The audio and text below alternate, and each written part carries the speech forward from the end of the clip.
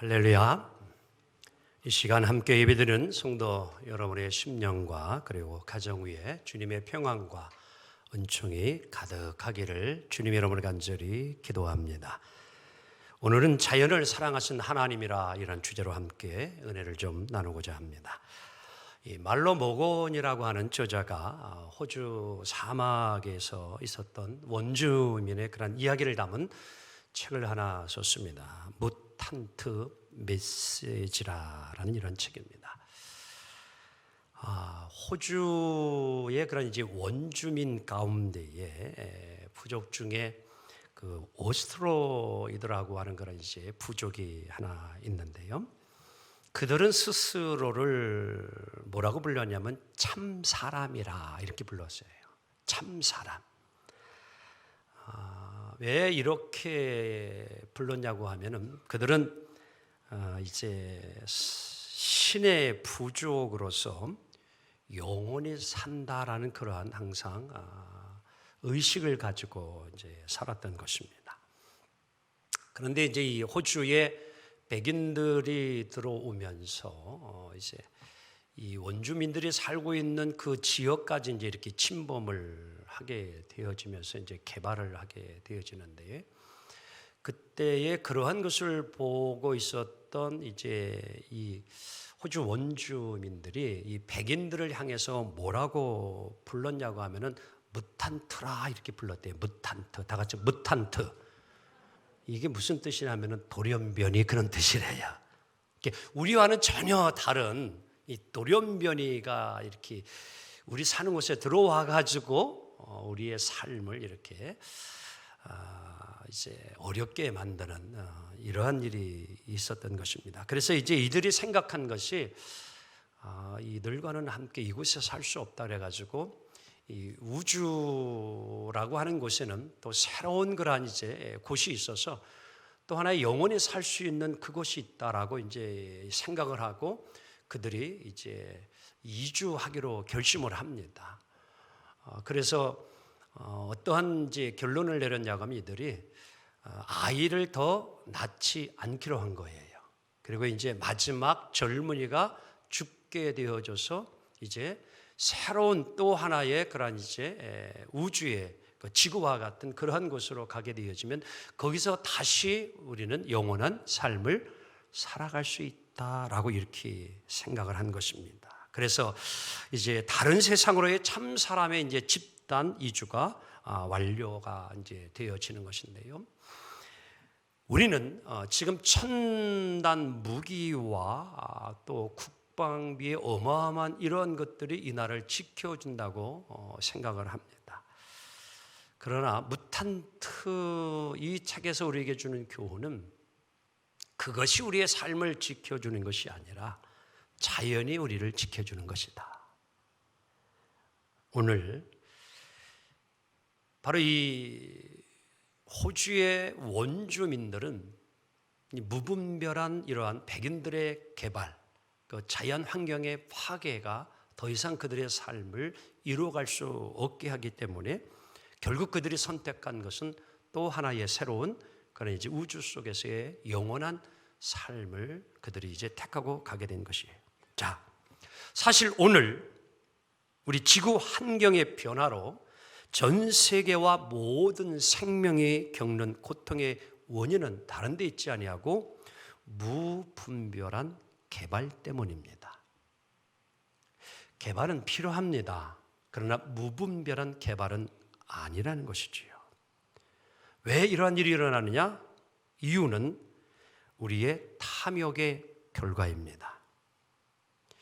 지금 우리 모두가 지금 작년에서 올해까지 계속 코로나19라는 이 감염병으로 인하여서 많은 어려움과 고통을 겪게 되어지는데요.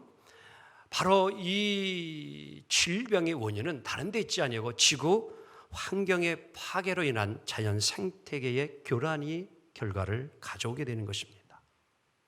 우리가 잘 알듯이 개발이라고 하는 것은요, 자연 생태계를 빠르게 교란시켜 버립니다. 이 자연 생태계의 교란은 사람들뿐만이 아니라 동식물들에게도 엄청난 혼란을 가져와요. 교란을 가져옵니다. 어디에서 살아야 될지, 어떻게 살아야 될지, 그들의 삶의 터전을 개발 때문에 잃어버리고 말아요. 그래서 가끔씩 여러분 운전을 하고 되면은 이제 도로의 개발 때문에 이 산과 이 산을 뭐예요? 그냥 잘라버리죠. 그래서 결국에는 좀 생태 그런 이제 다리를 하나 만들어줬잖아요, 그렇죠? 동물들이 오고 갈 수 있도록 이제 개발이라는 거 하는 것 때문에 그들의 삶의 터전을 훼손하고 이제 망가뜨리는 이러한 일들이 있게 되죠. 결국에는 어떠한 일이 일어납니까? 우리가 잘 알고 있듯이 멧돼지와 같은 짐승들이 뭐예요? 자연 속에서 더 이상 머물러 살지 못하고 뭐예요? 도심까지도 들어와서 이제 막 식당, 뭐 거리를 활보하게 되어지고 망가뜨리는 이러한 일. 왜? 그들의 삶의 터전이 파괴됐기 때문이에요. 이제 여러분, 이러한 일을 우리가 이제 겪으면서 더 심각해진 것은 이 지구의 여러분 이산화탄소입니다. 다시 말하면 이제 여러분 가져가 지금도 뭐예요? 지난주부터 이제 막 30도를 오르내리가는 이 온도를 우리가 이제 경험하는데 마스크를 쓰고 여름에 산다는 게 이것 자체가 이미 질식 아닙니까? 그렇죠? 호흡하기조차도 어려운. 그런데 이제는 날이 더워서가 아니라 우리의 공기 이산화탄소가 이제 온 지구를 덮을 때에는 우리는 정말 여러분 이제 여과지까지도 이제 우리가 마스크를 쓰지 않으면 살 수 없는 그날이 우리에게도 올 수 있다라는 과학자들의 경고의 메시지가 있는 것입니다. 왜 이런 일이 일어났습니까? 오랜 시간 개발과 소비로 교란된 자연의 생명 질서의 비정상적인 현상들이 우리에게 오고만 것이지요. 다시 말하면 성경적인 그러한 이제 말씀을 통해서 거울을 통해서 살펴본다면 하나님의 창조의 질서를 거슬린 인간의 무분별한 개발과 그리고 이산화탄소의 이러한 발생이 오늘의 이 현실을 우리에게 가져올 수밖에 없다라고 하는 것입니다. 오늘 이 시간 여러분 가정은 이제 우리의 끊임없는 이 탐욕을 멈추지 않는다면 인류가 그동안 지켜왔던 모든 것을 잃어버릴 수밖에 없습니다. 신종 여러분들 코로나19 바이러스가 문제가 아니라 앞으로는 이보다도 더 강하고도 더 강력한 심각한 바이러스가 우리 가운데 계속 더 출현되어질 수 있다는 것이지요. 오늘날 코로나19는 하나님께서 오늘 이 세상을 이 지구 속에 살아가는 우리들에게 주시는 하나님의 경고의 메시지입니다. 이 경고의 메시지를 오늘 그리스도의 거룩한 몸인 교회와 그리고 우리 그리스도인들이 엄중하고도 심각하게 먼저 우리는 받아들여야 합니다. 이것이 오늘 하나님께서 우리에게 주시는 말씀의 포커스 초점이에요. 여러분, 신종 코로나19가 무슨 죄가 있습니까? 그치요?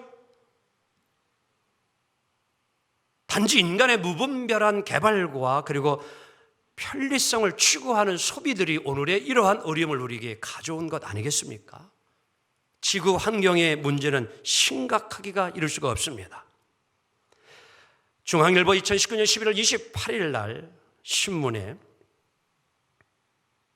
우리에게 충격적인 기사가 하나 올라온 적이 있는데요. 이미 우리가 살고 있는 이 생태의 환경은 다시 그 상황을 이전으로 돌이킬 수 없다라고 이야기를 해요. 오늘 거기서 이야기하는 것이 이제 이 티핑 포인트라는 용어를 설명하고 있는데요. 자, 여러분들 이 단어를 혹 들어보신 적 있습니까? 함께 좀 보도록 합니다. 이 티핑 포인트라고 하는 의미가 무엇인지 시작. 어떤 현상이 처음에는 아주 미미하게 진행되다가 어느 순간에 뭐를 깨뜨려요? 삶의 균형을 깨뜨려버리고 뭐예요? 폭발적으로 뭐예요? 일어나는 시점, 그걸 티핑 포인트점이라 이렇게 이야기하는 거예요. 오늘 여러분과 제가 지금 겪고 있는 이 코로나19라고 하는 것을 여러분들 우리가 다 느끼고 있죠. 그렇죠? 정말 이런 일이 여러분 일어날 수 있었을까? WHO에서 이것을 코로나 팬데믹이라 이렇게 이야기합니다. 코로나19라고 하지 않고 코로나 팬데믹이에요. 팬데믹이라고 하는 것은 온 지금 전체 인류 모든 나라에 뭐예요? 정말 인간으로 대처하기 어려운 질병이 일어났을 때 그것을 팬데믹 현상이라는 거예요. 어느 한 나라에서 일어나고 발생했다가 사라지는 것은 팬데믹이라고 칭하는 게 아닙니다. 전 세계 모든 질병 바이러스가 다 퍼져가지고 온 인류가 지금 고통 속에 있을 때 그것을 팬데믹 현상이라 이렇게 이야기하는 겁니다.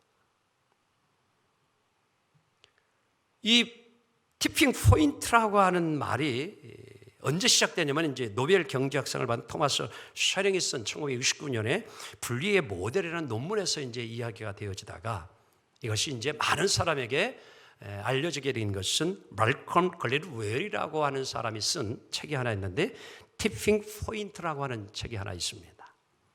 여기에서 이분이 이 티핑 포인트에 대한 이야기를 실리를 하나 들고 있는데요. 여러분들 그 신발 가운데 허스퍼피라고 하는 걸 들어보셨어요? 저도 2개의 신발을 가지고 있어요. 샌들 하나하고. 근데 이게 제 스타일은 조금 좀 그래도 잘 맞는 것 같아요. 근데 원래 이제 이 허스퍼피라는 신발 브랜드는요, 미국 사람들이 하나도 거들떠보지 않은 브랜드의 신발이었습니다. 그런데 이 제품을 뉴욕의 히피 청소년들이 다른 사람들과는 이제 차별성을 두기 위해서 신기를 시작하게 되어졌는데 그때부터 뭐예요? 유행하기를 시작해서 어느 순간에 뭐예요? 폭발적으로 인기를 끌게 되어지고 이제 전 세계에도 이 신발이 이제 팔리게 되어지는. 그래서 이것을 이제 티핑 포인트라 이렇게 오늘 이 말콤 글래드웰이라는 저자는 설명하고 있는 것입니다. 어느 순간에 조용하다가 잠잠하다 어느 순간에 엄청난 화산이 폭발하듯이 그러한 시점이 우리에게 있는 것이죠. 최근 153개국의 11,000명의 과학자들이 여러분 에너지 전환 포럼이라고 하는 세미나에서 2919년 12월 31일 날 있었는데요. 이러한 엄청난 충격적인 선언을 했습니다. 무슨 선언이냐? 기후 변화는 이미 되돌릴 수 없는 지점을 지났다라고 이야기합니다. 여기서 멈추고 회복시킬 수 있으면 좋은데 이제는 뭐예요? 그 자연의 회복을 이루어갈 수 있는 시점이 이미 뭐예요? 지나가 버리고 말았다. 스스로 자연이 회복할 수 있는 자생력을 잃어버리고 말았다라고 하는 것입니다. 우리 몸의 신체도 여러분들 웬만한 질병은요 우리가 스스로 뭐예요? 회복할 수 있는 능력을 하나님 우리에게 다 주셨어요, 실은요. 근데 때로는 뭐예요? 그것이 지나쳐 버릴 때 우리는 뭐예요? 암이 오게 되어지고 더 이상 내 힘으로 그것을 바이러스를 질병을 이겨낼 수 없는 단계에 오게 되었다라는 사실이지요. 약을 의지하게 되어지는 내 스스로 뭐예요? 면역력을 잃어버리는 그 단계가 잃어버렸다. 그 티핑 포인트가 지나가 버렸다 이런 얘기입니다. 자, 이 이야기는 오늘 우리에게 많은 충격적인 소식이 되어지는데 오늘 그럼에도 불구하고 이 땅에 살아가고 있는 지구 안에 살아가고 있는 여러분 가족은 너무 자연 환경에 대해서 무신경적으로 살아가고 있습니다. 마치 그것이 무엇과 같으냐? 서서히 끓는 가마솥의 개구리와 같다라는 거지요. 가마솥에 있는 개구리 물을 처음 끓일 때는 아이고 따뜻해, 아이고 좋아라. 뭐 하는 줄 모르고, 뭐 할 줄 모르고, 죽을 줄 모르고 계속 지금 불이 데치면서 이제 100도, 200, 300도 올라가면 이제 결국에 개구리는 뭐하고 맙니까? 사지를 다 벌리고 마지막 죽음이 오는 거예요. 모르는 거예요. 오늘 우리들이 그렇게 살아가고 있지는 아니하는가. 자, 우리나라 세종청사에 가면 환경부가 있습니다. 이 안에는 센터가 하나 있는데 온실가스 종합정보센터입니다. 자, 도표 하나 볼까요? 이 환경부 이 온실가스 종합센터에서 통계 보고를 하나 한 도표인데요. 지난 6월 8일 날 이제 보고된 겁니다. 얼마 안 되죠. 2018년을 최고의 정점으로 이렇게 72,760억만 톤 이렇게 이제 되어졌는데요. 7억. 작년 이제 20년, 이제 19년 이렇게 되면서 정점을 2018년으로 해서 19년 조금 줄고 이제 20년 또 이렇게 줄었습니다. 그래서 작년에 6억 4,860톤에 달한다고 이야기하는데요. 이제 줄어들었다고 하는 것은 참 우리가 감사할 일이고요. 좋은 일인데, 하지만 이 서흥원 이 센터장이 우리에게 이런 교훈의 말을 줍니다. 실은 이제 지난해까지 그 석탄과 같은 화력 발전 이런 것은 많이 이제 이렇게 줄여왔고, 신재생 개발 이제 전기 이런 이제 에너지를 또 이제 하고, 그리고 이제 공해차를 자꾸 없애고, 그리고 수송 연료도 이제 이렇게 줄어들면서 이게 이렇게 줄어갔는데, 그분이 전문가가 하는 이야기가 올해 이제 경제가 다시 회복되게 되어지면 이 가스 배출량은 반드시 더 뭐예요? 증가할 수밖에 없다라고 이야기를 하는 겁니다. 사랑하는 성도 여러분, 어떻게 해야 합니까?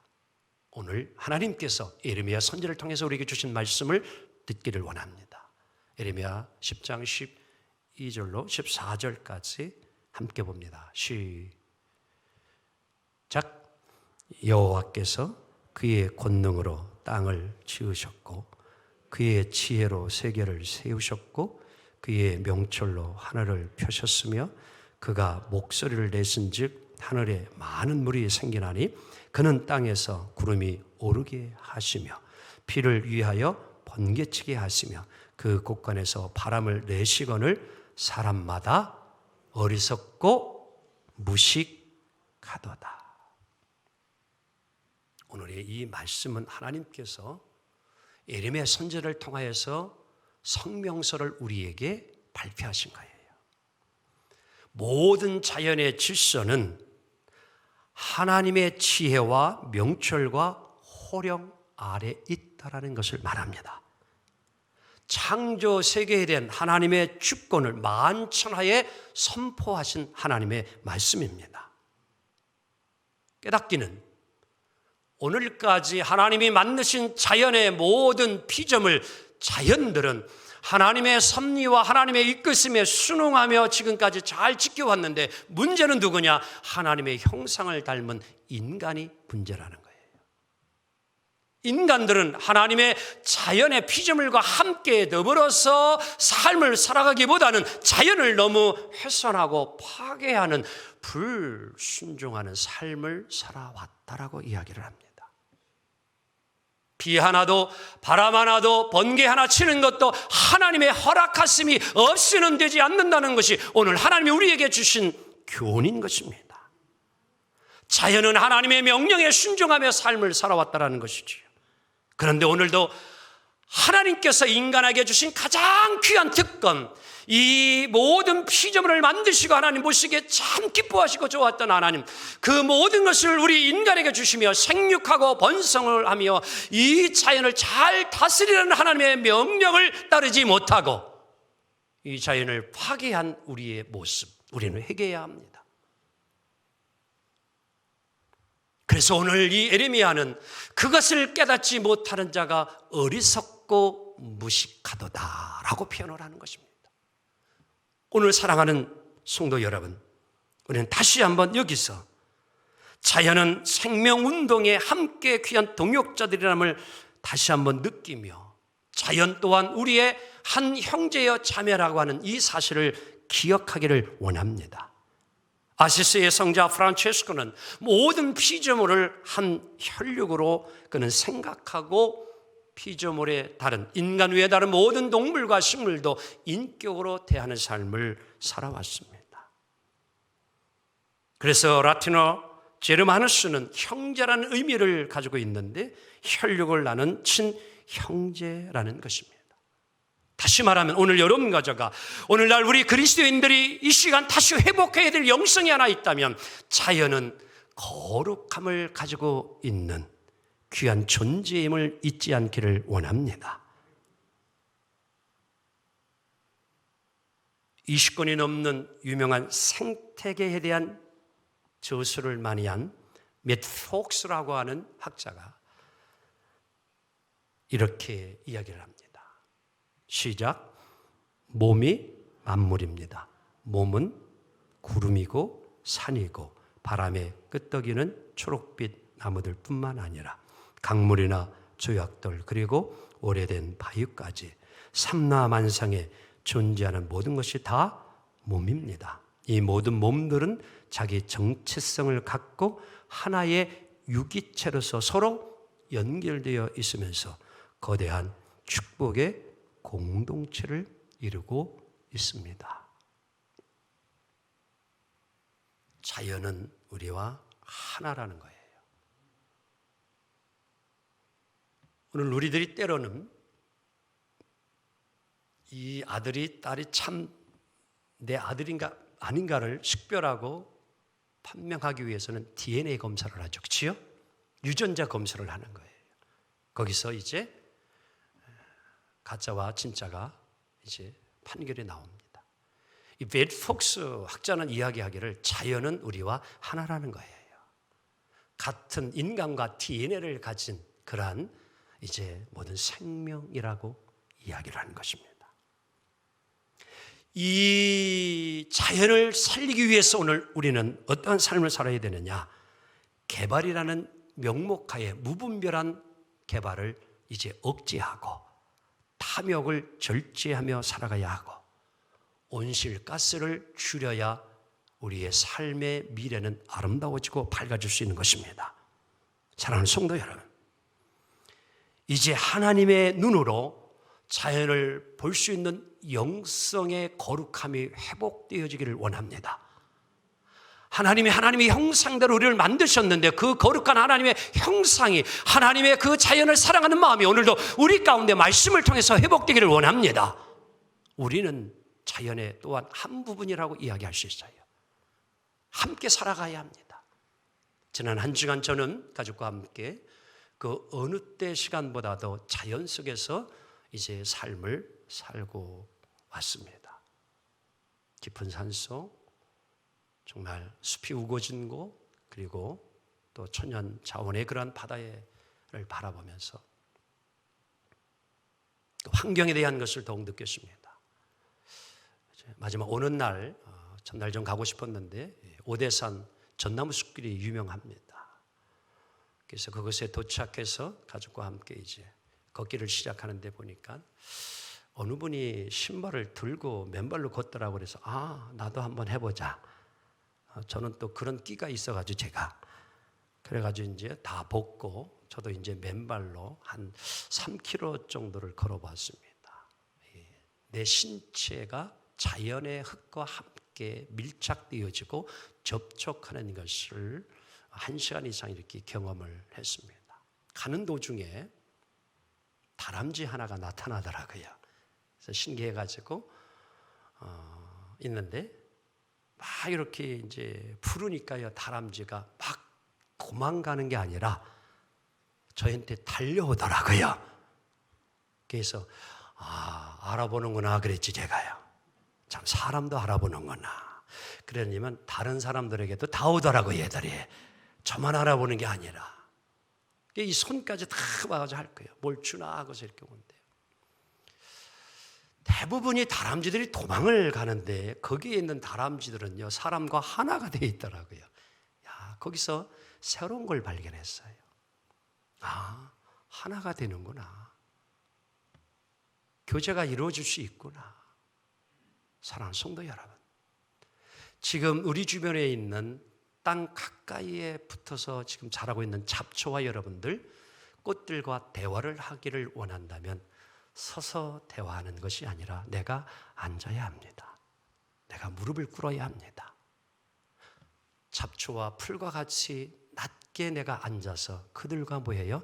대화를 이루어야 진정한 교제가 이루어질 수 있는 것입니다. 사랑하는 성도 여러분, 자연 앞에 겸손해야 합니다. 하나님은 오늘 로마서 1장 20절에도 자연 속에는 하나님의 영성이 담겨 있다고 하면서 너희들이 핑계치 못할지니라. 하나님이 자연 속에서 신의 존재가 있음을 너희들이 보고 알고 느낄 수 있도록 성경은 오늘 우리에게 바오는 교훈해 주고 있는 것입니다. 하나님이 살아있음을, 하나님이 자연을 섭리하고 하나님께서 이끄심을 그 속에서 우리가 볼 수 있고 하나님의 소리를 들을 수 있는 우리가 되기를 원합니다. 새소리를 통하여서, 때로는 물소리를 통하여서, 아름다운 곳을 통하여서 내게 속삭이는 하나님의 그 음성들을 우리가 느끼고 볼 수 있는, 그리고 그 속에서 함께 그들과 더불어 살아가는 거룩한, 맷 폭스 교수의 말대로 우리는 함께 거룩한 공동체 속에서 살아갈 때 우리의 삶은 아름답고 행복하게 될 줄로 믿습니다. 여러분, 우리의 인생을 내가 주인이라고 교만하며 살아가지 않기 원합니다. 오늘 23절 함께 보도록 합니다. 시작. 여호와여, 내가 알거니와 사람의 길이 자신에게 있지 아니하니 걸음을 지도함이 걷는 자에게 있지 아니하이다. 참새 한 마리도 하나님이 허락하지 않으면 떨어지지 아니한다는 것이 성경이 우리에게 주는 교훈입니다. 여러분과 저가 죽고 사는 것, 인생의 흥망성쇠가 잘 되고 안 되는 것, 내가 주인이 되어서 다 될 것 같지만 성경은 그렇게 이야기하지 않습니다. 우리의 인생의 주인은 오직 하나님이셔요. 자연을 만드시고 우리를 만드신 하나님이 우리를 이끄시고 인도해 주신다고 약속합니다. 사랑하는 성도 여러분, 하나님의 은혜 안에 우리의 삶을 맡기기 원합니다. 자연을 사랑하신 하나님, 우리 또한 사랑함을 믿습니다. 여러분의 삶을 하나님이 사랑하심을 믿습니다. 자연이 본래의 모습으로 돌아갈 수 없다면, 자연으로 정말 돌아갈 수 없다면 오늘 우리의 영성도, 우리의 참모습도 하나님께 돌아가는 것이 쉽지 않음을 다시 한번 깨달으며, 오늘 우리의 영성이 여러분들 회복되기를 원합니다. 정말 내 삶에 하나님의 형상이 다시 한번 회복되어짐으로 구김없는 맑고 밝은 아름다운 삶을 이루어 가기를 원합니다. 환경 성경 선교주의를 맞자 생명의 말씀 안에서 모든 자연의 이웃들과 더불어 한 혈육이라는 영성을 다시 한번 깊이 새기며 우리의 미래가 더욱 아름다운 자연, 우리 후손들이 더 우리보다도 좋은 자연 속에서 삶을 이루어갈 수 있는 이러한 세상 삶이 있기를 주의 이름으로 축원합니다. 기도합니다. 주님 감사합니다.